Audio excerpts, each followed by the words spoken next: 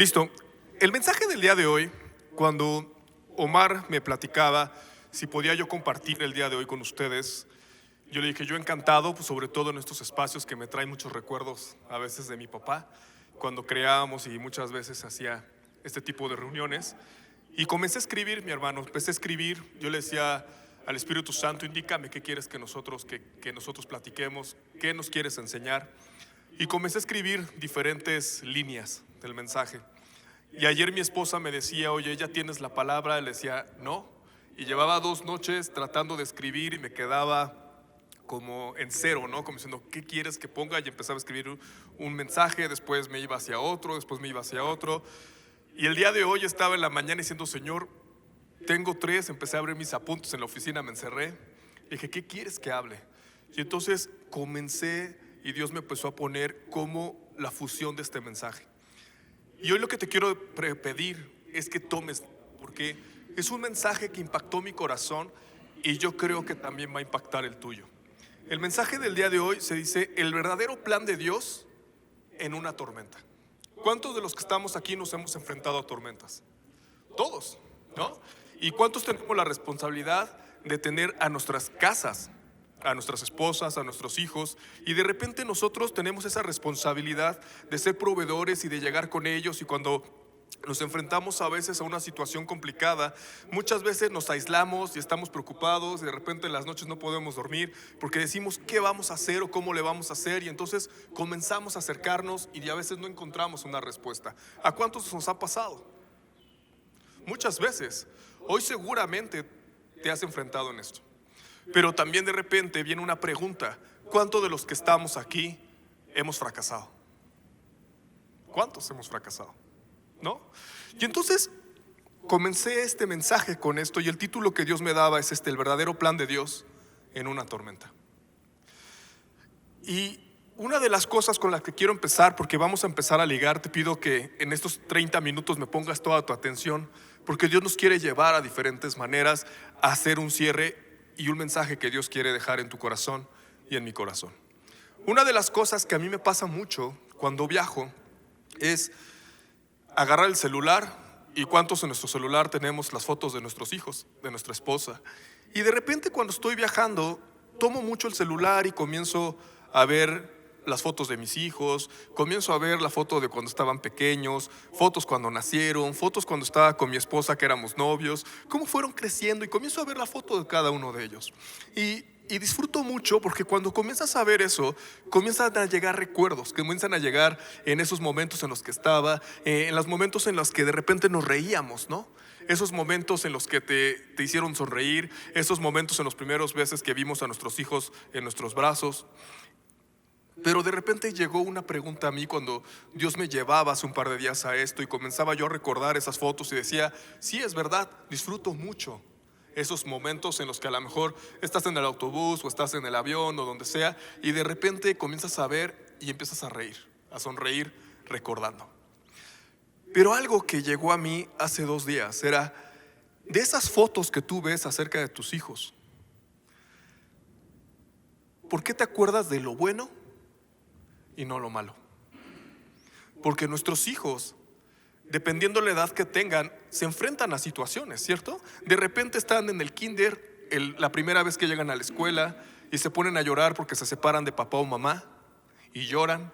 O de repente las travesuras que llegaron y te pintaron el muro, y tantas cosas que de repente no recordamos, sino cuando estamos viendo esas fotos nos recordamos de las cosas padres, de las sonrisas. Y de repente llegaba a mí, ¿por qué no te acuerdas de las travesuras, de los malos momentos, de los pequeños fracasos que en sus vidas pueden llegar a tener? Y la respuesta fue muy clara para mí, fue porque los amo. Y entonces venía esa palabra de Dios, me decía, ¿y crees que yo me acuerdo de las veces que fallaste? ¿Y crees que yo me acuerdo de tus fracasos? Porque muchas veces los fracasos llegan cuando no le damos el lugar a Dios. Cuando de repente pensamos nosotros, yo lo sé hacer, yo lo puedo hacer. Cuando comienzo yo a pensar y a confiar en mis capacidades. Y a veces hasta en lo más sencillo dejamos de confiar en Dios y pensamos que nosotros lo podemos hacer. Pero entonces hoy te quiero decir, Dios tampoco recuerda de nosotros esos momentos en los que fallamos y esos momentos en los que fracasamos. Pero de repente la pregunta es, ¿por qué nosotros sí recordamos cuando fracasamos o cuando pecamos? Y de repente eso nos hace sentir como inmerecedores. Y automáticamente nos alejamos de Dios. Y entonces viene aquí la pregunta, ¿cuál es el motivo que Dios tiene detrás de las tormentas? Y esa tormenta, lo que muchas veces llega a nuestra vida es para recordarnos cuál es el fracaso, por qué fracasamos. Pero hoy quiero llevarte a algo, porque de repente nos olvidamos de en quién hemos creído, de quién es Jesús. Y de repente llega otra pregunta y comienza Dios, ¿por qué existen 4 evangelios? Mateo, Marcos, Lucas, Juan, que comienzan a contar la historia de nuestro Padre en diferentes enfoques. ¿Cuál es el motivo de esto? Todos sabemos que Dios es un Dios de propósitos y todo lo que viene en su palabra tiene un propósito. Dice que si los apóstoles o los hombres, o mejor dicho, el Espíritu Santo escribiera todo lo que Jesús hizo aquí, dice que no alcanzarían los libros en el mundo para poderlo hacer. Pero entonces de repente te llegas, ¿por qué hay ciertas historias o ciertos capítulos que sí fueron escritos? ¿Y por qué está Mateo? ¿Por qué está Marcos? ¿Por qué está Lucas? ¿Y por qué está Juan? Y entonces aquí, por eso te pido mucho tu atención, porque vamos a empezar a rodear y quiero llegar, ahora sí que aterrizar, como diría, ¿no? El avión, acercarlo. Y entonces comenzamos a ver que cuando comenzamos a ver de Mateo, una de las cosas que comenzamos a ver en el libro de Mateo es que comienza a hablar de genealogías, ¿cierto? ¿Cuál es el fundamento o cuál es el principal objetivo que tenía Mateo en el momento de que comienza a hablar de genealogías? El principal objetivo era que todos nos diéramos cuenta y que reconociéramos que Jesús, ¿qué? Es rey. Porque comienza desde el principio todas las genealogías hasta decir que descendía del rey David. Y se cumplía la promesa que le había dicho a David, que dice que siempre, que nunca quitaría el reino de ¿qué? De su familia. ¿Dónde se cumple eso? En Jesús. Entonces lo que busca Mateo es que digamos todos, Él es ¿qué? Rey. Pero después viene Marcos, y Marcos dice, sí, Él es rey. Él es rey. Pero también comienza Marcos a enfocarse en algo. ¿Sabías tú que Marcos tiene más registrados, más milagros de Jesús que el resto de los evangelios? Y entonces Marcos dice, es rey, pero tiene poder. Y después llega Lucas y comienza a hablarte que es rey, que tiene poder. Pero una de las cosas importantes que hace Lucas es decir que él tiene un propósito, y ese propósito es salvar lo que estaba perdido. ¿Cómo nos damos cuenta de eso? Porque solamente en Lucas encontramos historias como el buen samaritano, encontramos historias como el hijo pródigo, encontramos historias como la moneda perdida. Entonces te comienza a hablar de él es rey, él tiene poder, pero él vino a salvar a lo perdido. Tiene un propósito. Pero después llega Juan, y Juan comienza a hablar, y si comienzan en el principio, es la frase que utiliza cuando comienza el evangelio. Pero además Juan es el que tiene la revelación de ¿quién? Del Apocalipsis. Entonces a Juan lo que dice es rey, tiene poder, ¿no? Tiene un propósito que es salvar lo que ya estaba perdido, pero también Él es el mismo ayer, hoy y por los siglos de los siglos. Entonces cuando comenzamos a juntar esto, nos damos cuenta de que en quien yo estoy confiando, ¿quién crees que es? Que es el Rey de Reyes, que tiene poder, que vino a rescatarme y que ¿qué crees? Que Él no cambia.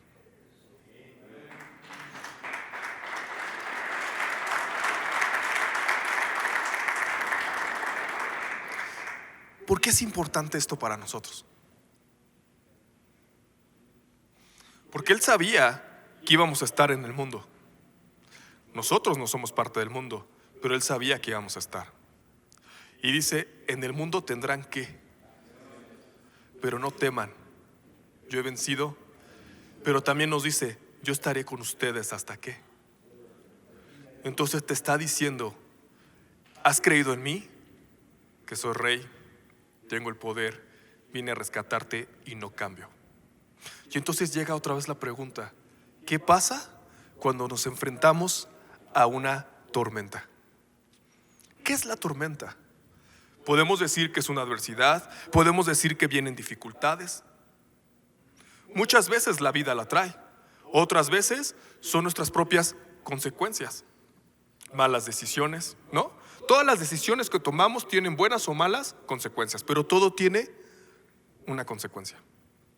Pero entonces encontramos en Lucas, te invito a que abras tu Biblia, Lucas capítulo 8, versículo 19 al 25.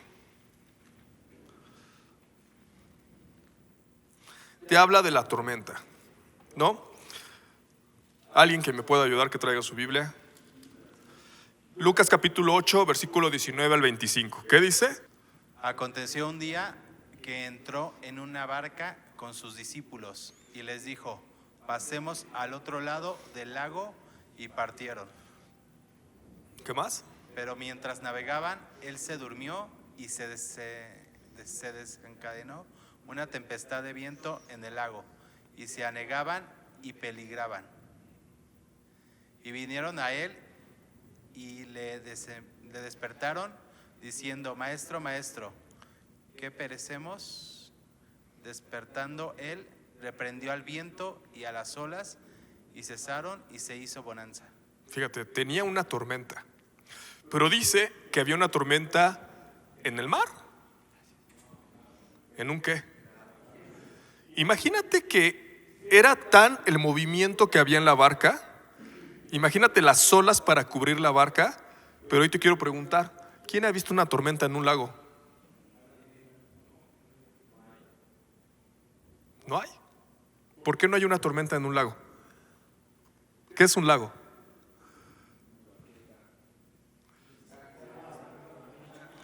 Que llegan, bajan de la montaña, se alimenta y a lo mejor puede tener salidas subterráneas, pero no hay entrada y salida. Entonces, ¿cómo podía pasar que hubiera una tormenta de esa magnitud en el lago? Entonces, ¿realmente era una tormenta natural o era una adversidad? ¿No? Entonces dice que no quería que llegara al otro lado. Pero también la otra cosa que me llama mucho la atención es que Jesús, ¿qué hizo? Se durmió.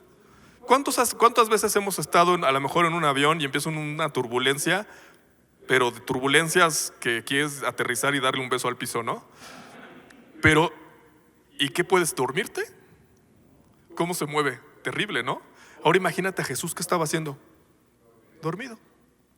¿Cómo se movía? Seguramente estaba mojándose, pero él dice que no se despertaba. Pero algo que él dijo fue, crucemos del otro.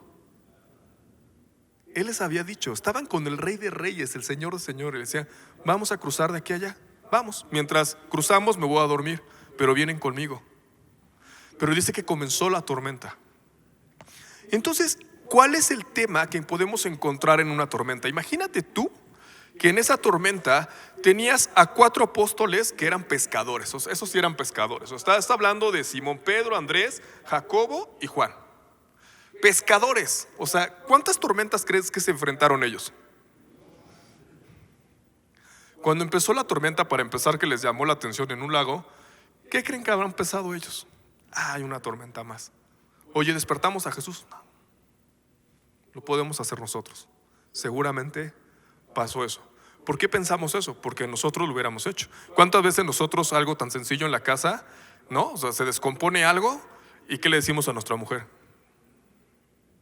Y nunca lo has abierto, ¿no? Pero yo lo arreglo. Entonces, posiblemente tomaron esa actitud. Pero una de las cosas que vemos ahí en esto es, primero, que ellos confiaron en sus capacidades. Segundo, comenzaron a tener dudas.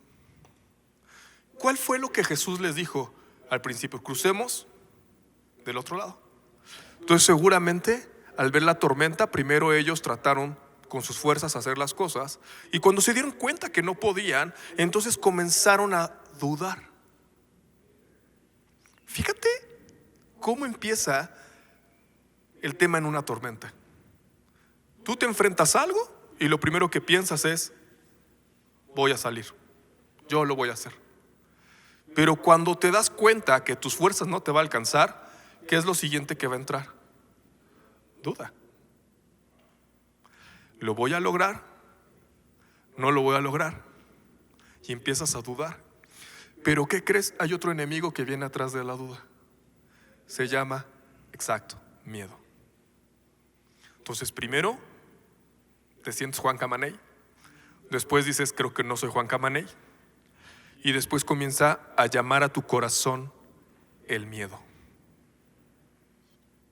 Tan es así que ellos llegaron con Jesús y lo empezaron ya a despertar, y yo imagino desesperados: despierta, oye, ¿no te das cuenta que qué? Que perecemos. Entonces lo que Él les había dicho, se olvidaron de eso. Pero el problema cuando llega el miedo, mi hermano, es que el poder que tiene el miedo es romper tu fe. ¿Te das cuenta cómo es un círculo? Entonces primero piensas que eres tú. ¿Qué empieza con este ciclo? Cuando tú confías en tus propias fuerzas. Después de eso viene la duda, y atrás de la duda viene el miedo, y después cuando llega el miedo se rompe ¿qué? La fe. Y entonces todo lo que Dios te dijo, llegaremos del otro lado, ¿qué pasa con eso? Se nos olvida. Ahorita que estamos hablando de eso, ¿a cuánto nos ha pasado? ¿Te das cuenta en dónde estamos? Y entonces todo lo que hablamos al principio, cuando vemos la palabra de Dios, que sabemos que confiamos en alguien que es rey, que tiene poder, que viene a rescatarme y que además no cambia, ¿dónde queda todo eso? ¿En quién estamos confiando? ¿Te das cuenta? Pero todo eso empieza cuando nosotros confiamos en nuestras propias fuerzas. Y se nos olvida algo bien importante, porque muchos de los que estamos aquí seguramente hemos preguntado: ¿pero por qué tenemos que enfrentar esto? Y de repente llegan cosas como: Dios me quiere llevar a otro nivel, Dios quiere incrementar mi fe, Dios quiere... ¿Y qué crees? Es verdad, pero hay un propósito en medio de todo esto. Y es ahí donde quiero aterrizar, porque cuando comencé a entender esto, lo platicaba con mi esposa, impactaba nuestro corazón. Y entonces, una de las cosas que se nos olvida es que, ahí lo decía en lo que leímos, dice que cuando Él se paró, cuando dejaron ellos y decir: oye, yo no puedo, tómalo tú, dice que Jesús, ¿qué hizo? Reprendió. Y después de reprender, ¿qué vino? Bonanza. ¿Qué es la bonanza?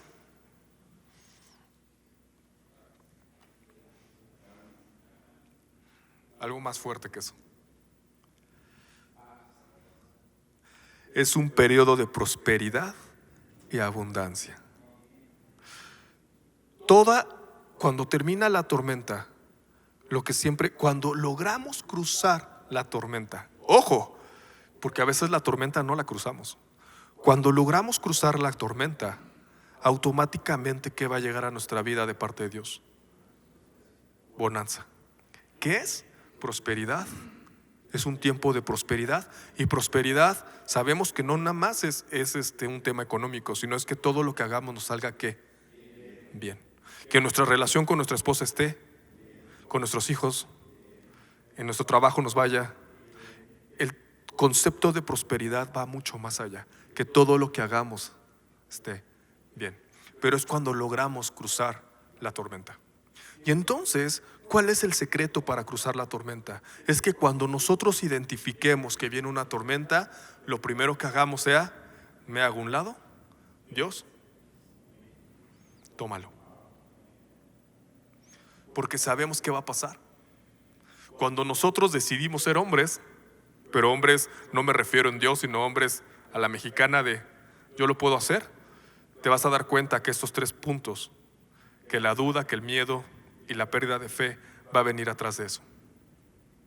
Y hoy Dios quiere que seamos sabios, porque hoy no nada más es nosotros, porque cuando nosotros decidimos comenzar a cruzar y dejar que Dios pase esta tormenta, los que van a ser impactados, ¿quién crees que son? No nada más eres tú, es tu familia, pero Dios es un Dios de generaciones. Entonces, ¿qué vas a impactar? ¿Nada más a tus hijos? ¿Vas a impactar cuántas generaciones dice la Biblia? Imagínate, ¿te das cuenta? Entonces hoy te quiero preguntar, ¿cuántas veces o en cuántas tormentas nos hemos quedado? Ahora, cuando terminas esa tormenta, dice la palabra de Dios que cuando llegaron del otro lado, se apareció este endemoniado que estaba poseído por una legión. Y ya no sabemos esa historia, que llegó Jesús y los demonios, la legión le dijo, déjanos irnos a esos puercos, y Dios les puso. Entonces fíjate, cuando terminamos la tormenta, no solamente llega un tiempo de bonanza, sino también, anota esto, llega un tiempo de libertad y un tiempo de victoria. Entonces la decisión que nosotros tenemos que tomar es cómo vamos a enfrentar esta tormenta. Hoy quiero que pienses en cuál ha sido tu mayor fracaso. Piénsalo, no se lo digas a nadie, piénsalo. ¿Cuál ha sido mi mayor fracaso? Y esto que acabamos de platicar, ¿lo identificas en ese fracaso? Y a veces empiezan con, llegó un negocio. Aquí alguien está pensando en eso. Llegó un negocio que fracasó. Sí, pero ese negocio que llegó, dijiste, lo voy a hacer porque yo tengo la capacidad, o volteaste y le dijiste, Dios, está llegando esto, ¿lo hago o no lo hago? Una de las cosas que he aprendido y que me enseñó un pastor que tuve hace mucho tiempo, me decía, cuando llegue algo así, voltea con tu mujer y le dices, quiero hacer esto, ¿tú qué piensas? Y si tu mujer te dice no, es no, porque Dios les puso a ellas una capacidad para poder discernir. Cuando ella te diga, esta mujer o este hombre no me gusta, ¿sabes qué tenemos que hacer? Darte la vuelta y salir corriendo, porque Dios puso algo en ellas para que pudieran cuidarnos, porque la función de ella, ¿cuál es? Cuidar, ¿qué? La casa. Entonces piensa en ese fracaso que tuviste. Ahora lo alineas con esto que estamos hablando. Déjalo en tu corazón. Una de las cosas que vamos a ir es al libro de Jeremías. Te invito a que vayamos a Jeremías, capítulo 29.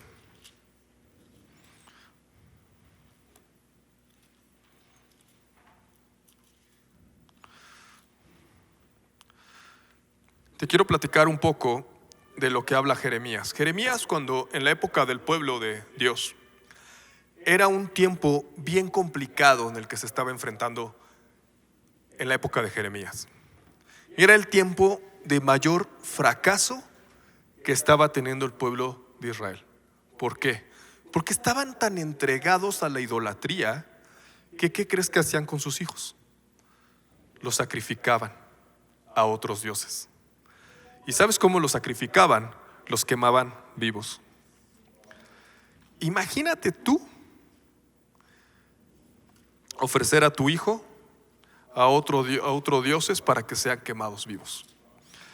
Y entonces una de las cosas que habla el profeta Jeremías, capítulo 29, versículo 11 al 14. ¿Quién me ayuda a leerlo?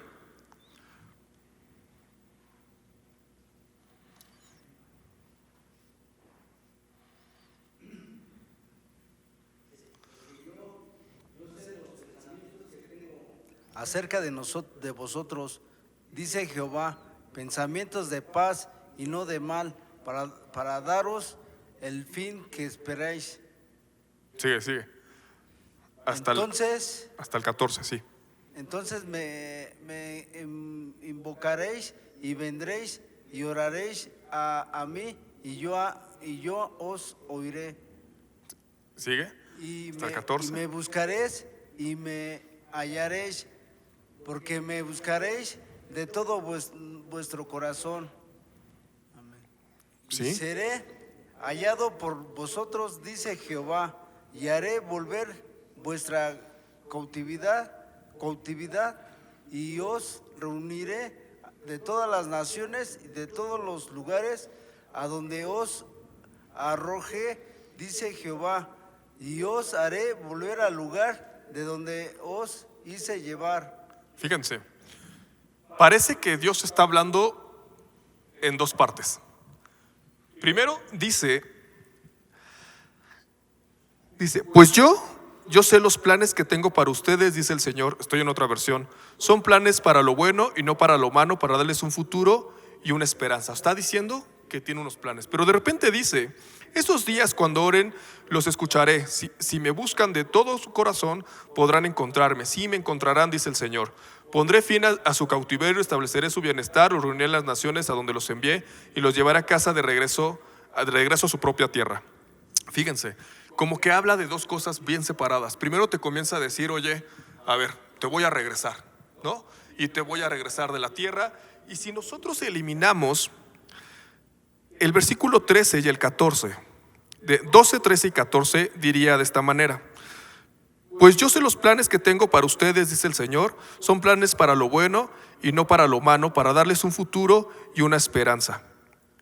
Y luego, si yo me saltara, pondré fin a su cautiverio, restableceré su bienestar y los reuniré de las naciones a donde los envié y los llevaré a la casa de regreso a su propia tierra.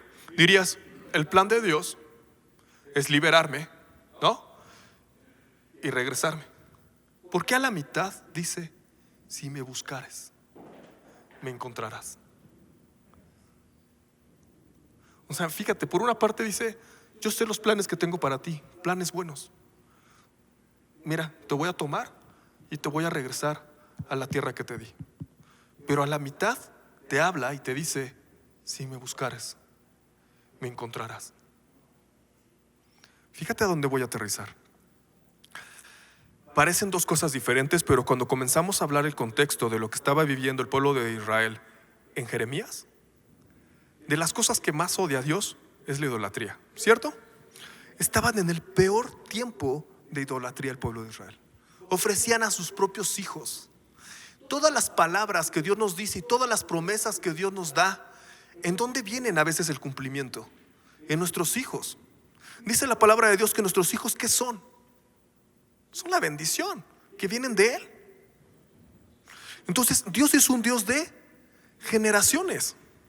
Entonces Dios cuida de nosotros, pero también cuando nos bendice a nosotros, bendice a ¿quién?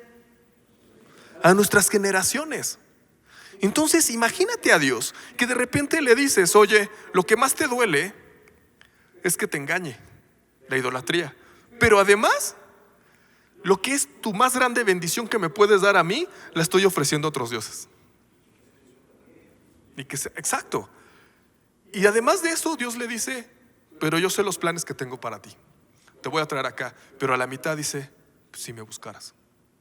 Cuando yo estaba leyendo esto, le decía, Señor, ¿qué me quieres enseñar? Por una parte, me hablas de quién es tu hijo a través de los evangelios.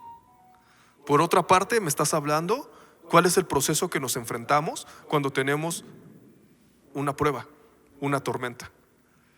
Que si yo le doy lugar a mis fuerzas, va a venir esto hasta romper mi fe. Pero si yo te dejo a ti, voy a cruzar la tormenta y entonces va a venir un tiempo de bonanza, va a venir un tiempo de victoria y va a haber un tiempo de libertad. Pero después me traes a Jeremías. ¿Qué me quieres decir? Y entonces Dios me dijo, el propósito en una tormenta, el propósito de cruzar el desierto, no es nada más que crezcas y que llegues a otro nivel. Es el medio de esto, escúchame bien, que yo quiero conquistar tu corazón. Quiero conquistar tu corazón. Cuando logré entender todo esto, comencé a recordar todas esas veces en las que me he enfrentado a situaciones difíciles y cómo he llegado Dios a decir, hey, papá llegó. aquí está papá. Ven, te voy a ayudar. Y entonces comenzamos a recordar y decir, tú me ayudaste acá, tú me ayudaste allá. A pesar de que yo pequé, a pesar de que yo fallé, hoy me tienes aquí. A pesar de que no he hecho las cosas como tú me has dicho, no ha faltado nada en mi casa. No le ha faltado nada a mis hijos. A pesar de los diferentes momentos, yo he visto que tú me has sostenido. Y entonces la respuesta de Dios es, me interesa tu corazón. Quiero conquistar tu corazón. Entonces hoy lo que Dios te quiere decir es, no importa el fracaso que hayas tenido, no importa las veces que hayas fallado, tantos pecados que puedas tener, no importa. Hoy Dios te dice, tengo planes buenos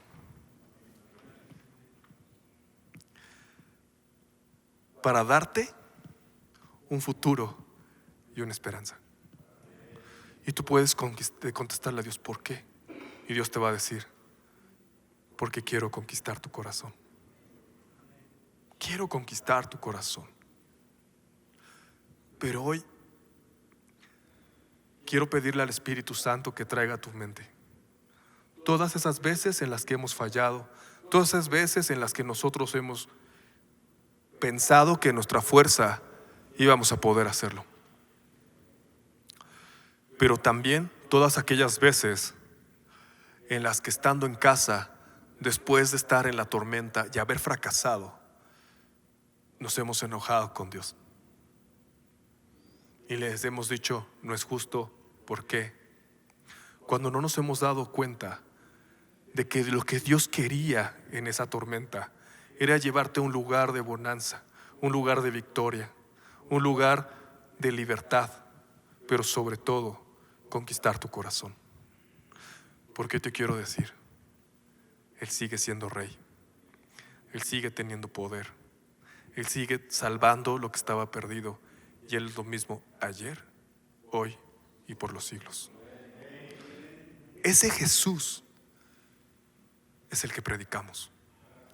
Ese Jesús es el que hoy está aquí diciéndote, no importa los fracasos que has tenido, pero también te quiere decir hoy, no importa la edad que tengas, no importa que digas, ya soy viejo, fallé, todos los planes no los logré, o que también seas muy joven y digas, tengo el mundo. Hoy lo que Dios te quiere decir es, déjame conquistar tu corazón. Te quiero llevar del otro lado, donde te está esperando la bonanza, la victoria y la libertad. Cierra tus ojos, ahí donde estás, y vamos a orar. Padre, en esta hora, Señor, venimos delante de ti a presentar nuestro corazón. Tú conoces, Señor, cómo hemos estado. Tú sabes, Padre, todas las veces en las que hemos fallado. Tú sabes, Señor, cuántas veces hemos fracasado y nos hemos quedado en medio de la tormenta. Pero también sabes que lo hemos tratado de hacer en nuestras fuerzas. Pero también lo sabes, Señor, que muchas veces ha llegado, Padre, la duda, ha llegado el miedo y ha quebrantado mi fe. Pero hoy vengo, Señor, a ofrecerte mi corazón. Hoy te quiero pedir, Padre, que me perdones. Que me perdones, Señor. Porque yo no sabía que el medio, Padre, de esto, lo que tú estabas buscando era conquistar mi corazón. Pero hoy, Señor, te abro mi corazón. Hoy te abrimos, Padre, nuestro corazón y te pedimos, Señor, que seas tú, Padre, el que te muevas en nosotros, que seas tú, Espíritu Santo, el que te muevas. Porque hoy sé, Padre, que aún tú sigues teniendo planes buenos para darnos esa esperanza, Señor. Así que hoy, Padre, te pido que hoy vengas en medio de esta situación en la que hoy me esté enfrentando. Te pido, Padre, que hoy tú tomes este lugar. Hoy me hago a un lado, Señor, en medio de esta tormenta, para que sea que tú tengas el control, Señor. Hoy te pedimos perdón porque pensábamos que en nuestra capacidad podíamos hacer las cosas, que en nuestras propias fuerzas, Señor, hoy podríamos hacerlo. Pero también te pedimos perdón porque cuántas veces, Señor, nos quejamos de lo que estábamos enfrentando y no nos dábamos cuenta, Señor, que tú querías conquistar nuestro corazón. Hoy te queremos decir, Dios, que te amamos, que eres lo más importante, Señor, para nuestras vidas. Hoy te damos el lugar, Señor, a ti. Que seas tú, bendito Dios, el que tomes el lugar que te mereces en nosotros, Señor.